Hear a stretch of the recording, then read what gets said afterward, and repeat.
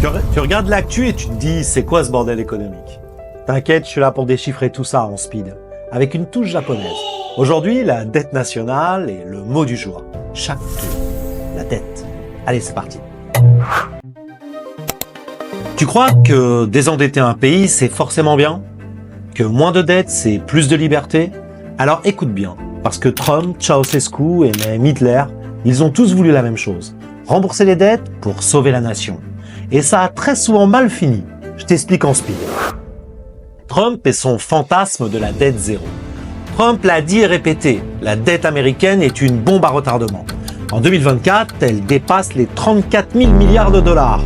Alors il veut réduire les dépenses, rationaliser l'État, dégraisser Washington, voire même renégocier la dette avec les créanciers, comme une entreprise en faillite. Mais l'État, ce n'est pas une entreprise. Un pays ne peut pas licencier ses citoyens.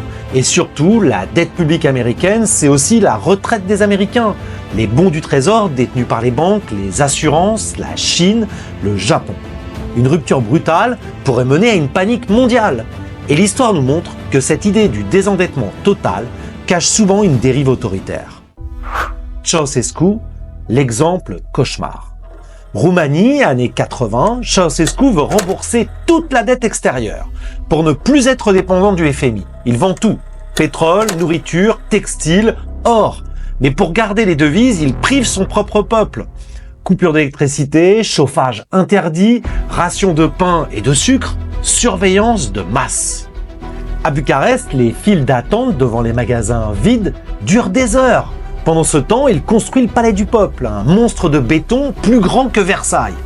La dette remise à zéro, mais la population affamée, humiliée, en colère. Et en 1989, quand le rideau tombe, il est fusillé, en direct à la télé. Hitler, la dette comme prétexte à la dictature.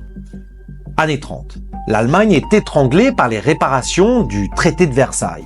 Hitler arrive avec une promesse, redonner la souveraineté à l'Allemagne. Comment? En refusant de payer, en créant une économie fermée et en sortant du système bancaire. Il invente un truc appelé les bons MEFO, une monnaie parallèle pour financer les travaux publics. Et l'armée? C'est un boom artificiel. Autoroutes, usines, emplois, mais ce miracle repose sur la guerre qui arrive. Résultat, oui, il efface la dette, mais au prix d'un monde en feu, 60 millions de morts et l'Allemagne en ruine. Chavez et Maduro, désendettement populiste, chaos garanti. Plus proche de nous, le Venezuela. Hugo Chavez veut libérer le pays des créanciers internationaux. Il nationalise les entreprises, contrôle les prix et cesse d'emprunter.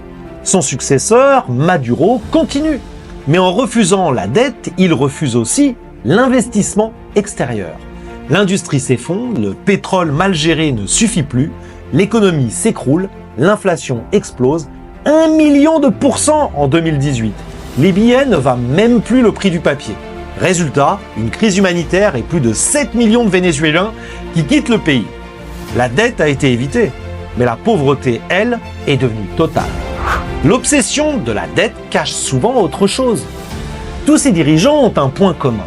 Ils transforment la dette en ennemi symbolique. Une excuse pour imposer l'austérité, le contrôle des médias, la répression, et pour apparaître comme sauveur du peuple contre l'ennemi invisible, les créanciers. Mais dans le monde réel, une économie fonctionne avec confiance, anticipation et parfois déficit maîtrisé. La dette, c'est pas le problème, c'est comment on l'utilise. Alors, ce que disent les économistes sérieux, des prix Nobel comme Joseph Stiglitz ou Paul Krugman le rappellent. Un État n'est pas un ménage. Un pays n'a pas besoin de rembourser toute sa dette comme un particulier. Tant que les investisseurs ont confiance, la dette peut rouler. Et surtout, l'endettement permet de financer les hôpitaux, les routes, la recherche, la relance après crise.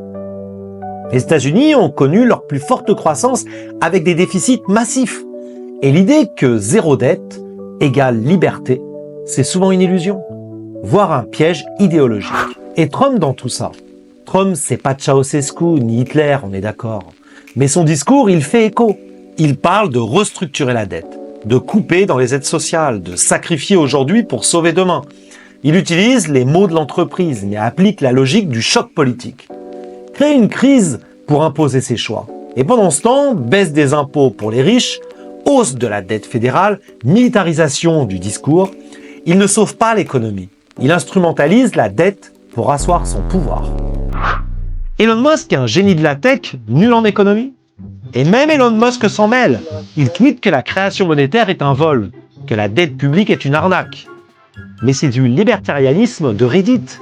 Il oublie que sans dette publique, pas de SpaceX. Les contrats avec la NASA, les subventions pour Tesla, payés par l'État, par la dette, par nous.